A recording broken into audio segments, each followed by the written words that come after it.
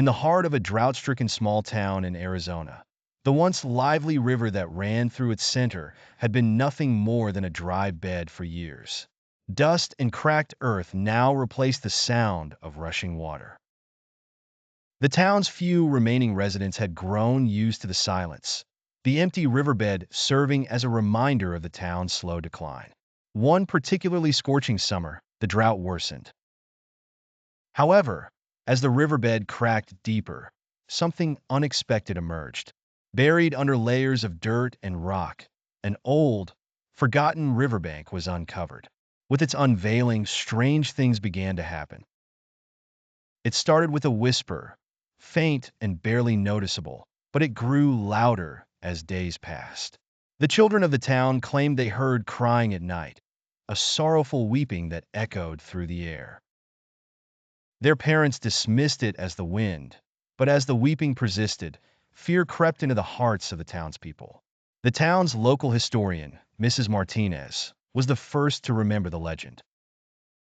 La Llorona, the weeping woman, a spirit said to wander riversides, mourning her lost children, and sometimes taking those who crossed her path. For centuries, stories of La Llorona had been whispered among families. But no one ever believed they'd encounter her here, in this dry, forgotten place.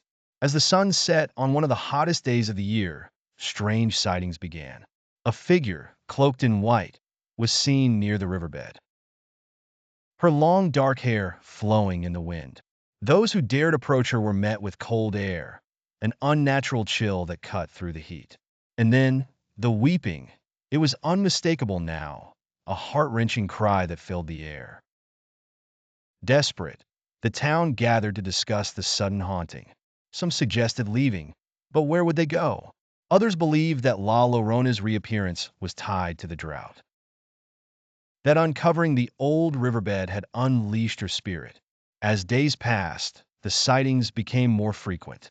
People who ventured too close to the riverbed began to disappear.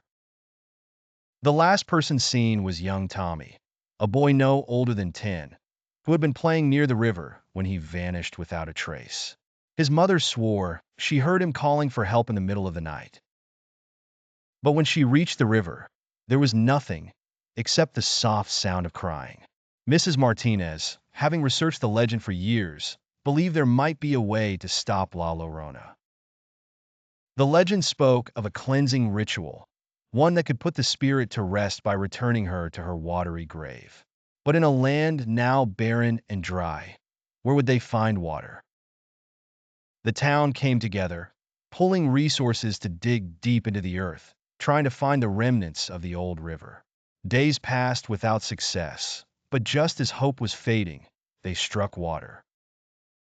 The once dry riverbed began to fill slowly, a small stream at first, but it grew stronger.